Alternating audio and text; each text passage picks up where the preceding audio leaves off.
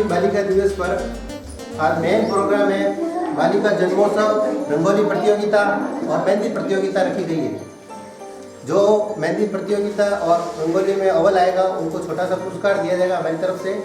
और जो आज जन्मोत्सव है, बेटियों को बढ़ावा देने के लिए कार्यक्रम रखा गया है। तो सबसे पहले मैं सरपंच मैडम, सरपंच पति और प्रतिनिधि और ये जो भाई है का मोहन जी और यहाँ पधारे गए सभी माताओं और बहनों का मैं हार्दिक स्वागत करता हूँ। तो सबसे पहले मैं बालिकाओं को आमंत्रित करूँगा कि वो आके जन्मोत्सव के लिए केक काटें। है ना, केक कटवा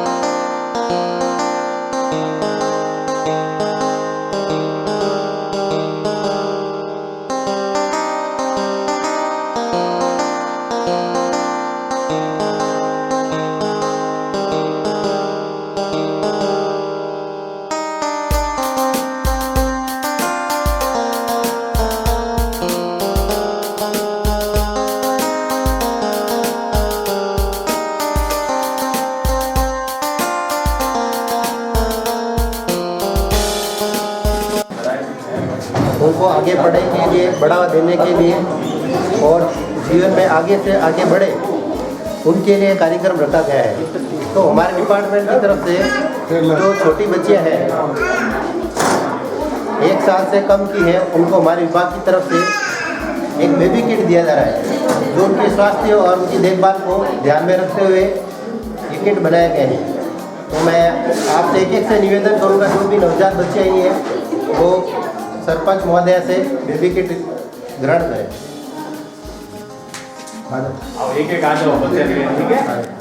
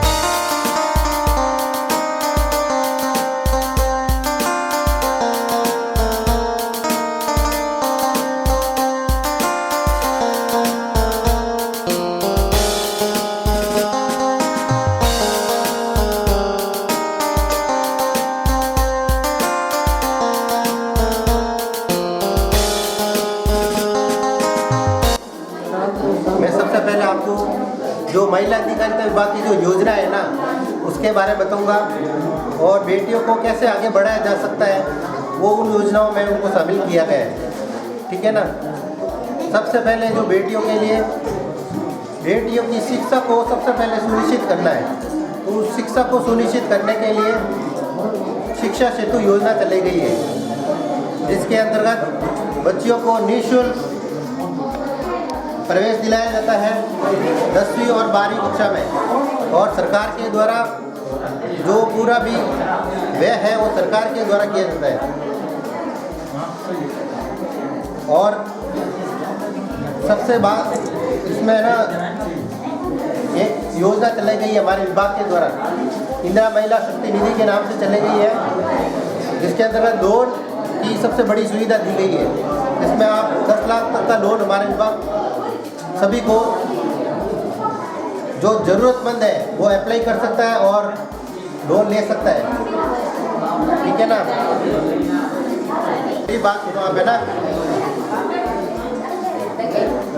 बच्चियों, शांत हो जाओ। उधर प्रोग्राम रखा गया है, ये ऐसे मत सोचो हमारे लिए प्रोग्राम रखा गया है, तो आप सब शांत रहे, ठीक है ना।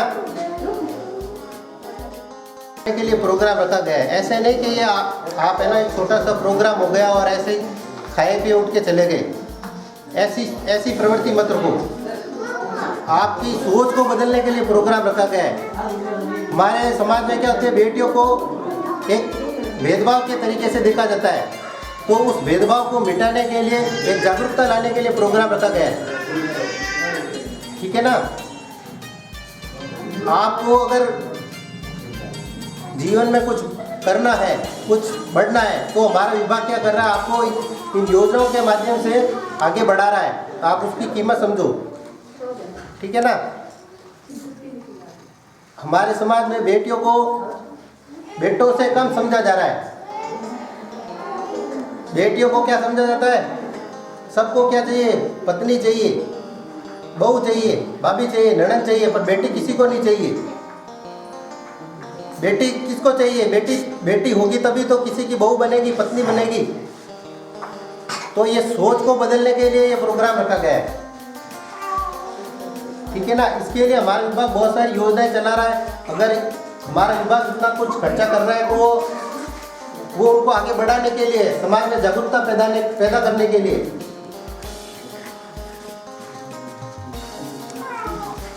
हमारे समाज में बेटियों को अगर आगे बढ़ाना है तो उसकी शिक्षा को, स्वास्थ्य को, पोषण को ध्यान में रखते हुए बहुत सारी योजना चलाई जा रही है। पोषण के तहत आंगनवाड़ी केंद्रों में बच्चियों को पोषाहार दिया जा रहा है। जो स्कूल की बालिकाएं जो सक्षम नहीं है स्कूल जाने में या किसी कारण से नहीं जा रही है, तो उनको पोषाहार, उनका स्वास्थ्य आंगनवाड़ी केंद्रों के माध्यम से दिया जा रहा है। और महिला अधिकारिता विभाग के द्वारा बहुत सारी ऐसी योजनाएं चलाई गई है जिसके तहत उनको आगे बढ़ाया जा रहा है, शिक्षा के तहत आगे बढ़ाया जा रहा है। उनके स्वास्थ्य जांच को बढ़ाने के लिए बहुत सारे प्रोग्राम हमारे विभाग की सहायता से चलाए जाते हैं। ठीक है ना। तो आप उन योजनाओं के बारे में थोड़ा अच्छे से जागरूकता लाएं। और मैं कुछ बताऊंगा जो आपको है ना वो बहुत अच्छी योजना है। जैसे बेटियों के जन्म पे ही 50,000 की सरकारी सहायता दी जाती है मुख्यमंत्री राष्ट्रीय योजना के तहत। एक योजना चल रही है सुकन्या स्मृति खाता, जिसमें अगर आप किसी बैंक में जाओगे ना तो बहुत ही कम ब्याज दर पर आपको ब्याज मिलेगा। अगर आप बेटियों के नाम से अगर खाता खुलवाते हो और उसमें पैसा जमा करते हो तो सरकार ज़्यादा ब्याज दर देती है। ये बेटियों के आगे बढ़ावा देने के लिए योजनाएं चलाई गई है, ठीक है ना। तो आप इन योजनाओं का लाभ उठाएं। और मैं मेरी तरफ से मंच पर पधारे गए सभी अतिथिगणों को हमारे विभाग की जो योजना चलाई जा रही है उनकी बुकलेट देना चाहूँगा। और हमारे विभाग के द्वारा एक सभी जगह धरातल स्तर पर साथिन के माध्यम से मास्क वितरण वगैरह किए जा रहे हैं। तो आज मैं मंच पर सभी को है ना पधारे गए अतिथियों को मास्क वगैरह और हमारी योजना की जो हमारे विभाग की जो योजना है उनकी बुकलेट वितरण करूँगा।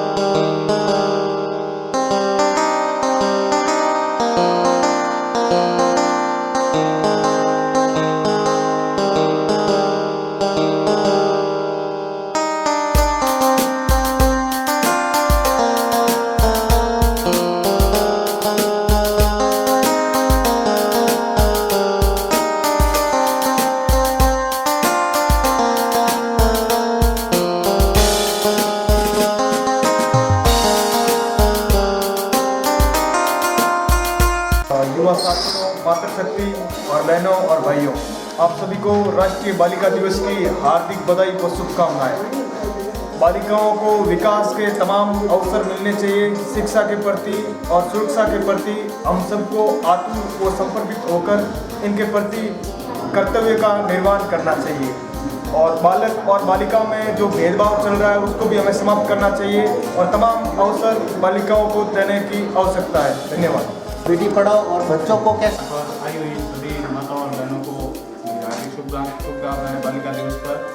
और जैसे बालिकाएं आज के ज़माने में पढ़ने में पीछे नहीं है, लेकिन अगर ग्रामीण स्तर पर देखा जाए तो काफ़ी हद तक अभी भी बालिकाएं घर पर काम काज में बिजी रहती है, पढ़ने के लिए नहीं आती है।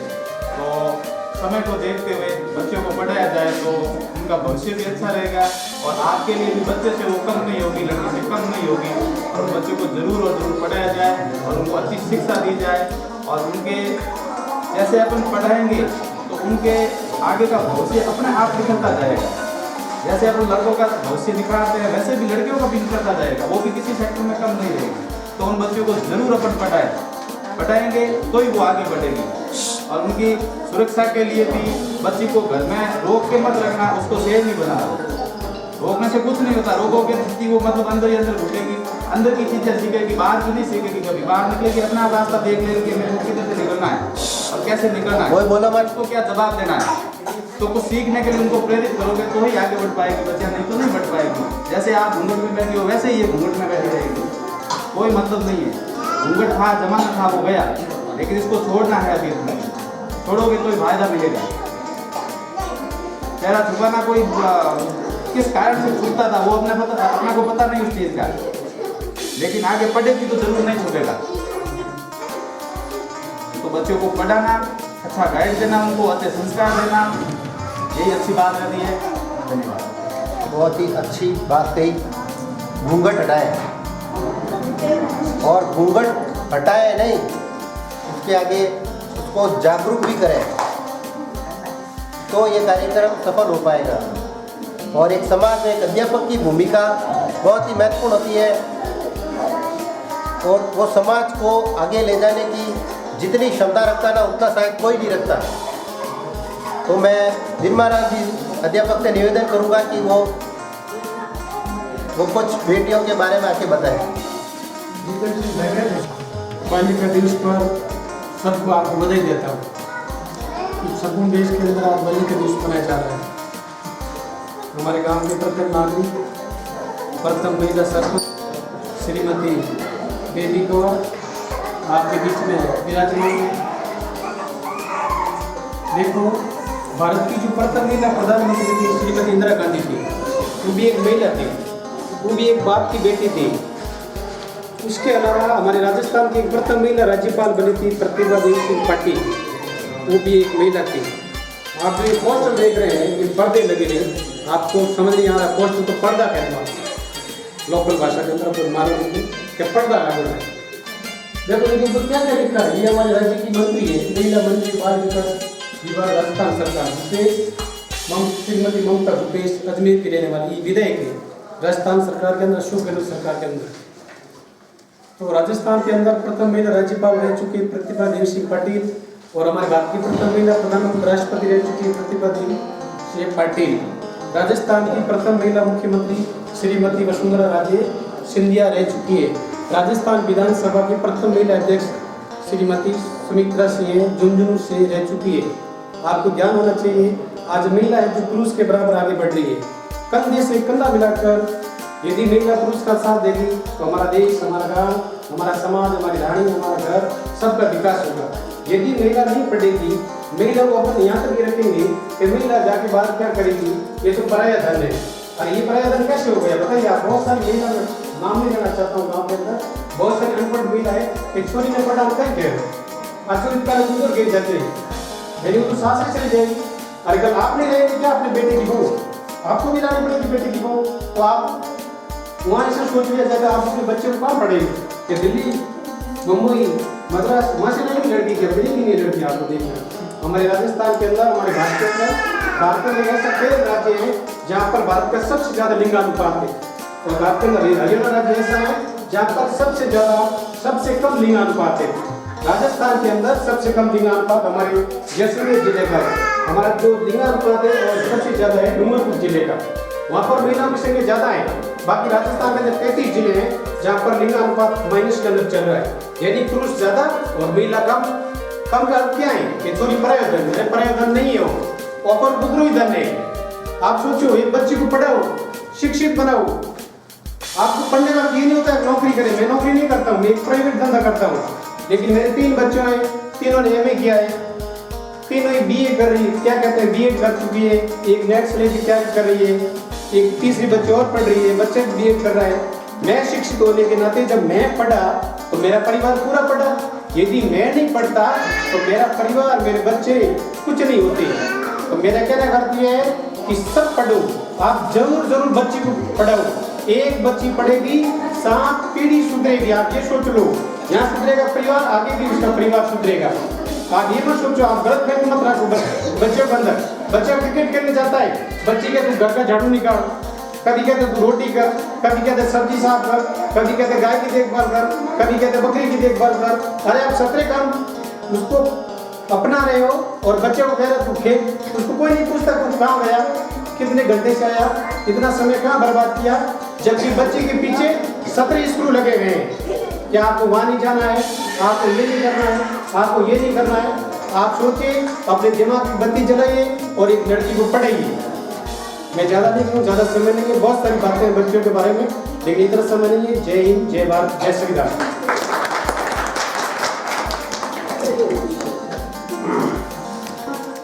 शानदार बात जो सर ने बताई है, उसको आप अपने जीवन में उतारें, उसको आप यहाँ तक आके सीमित नहीं करें, भूल नहीं जाए।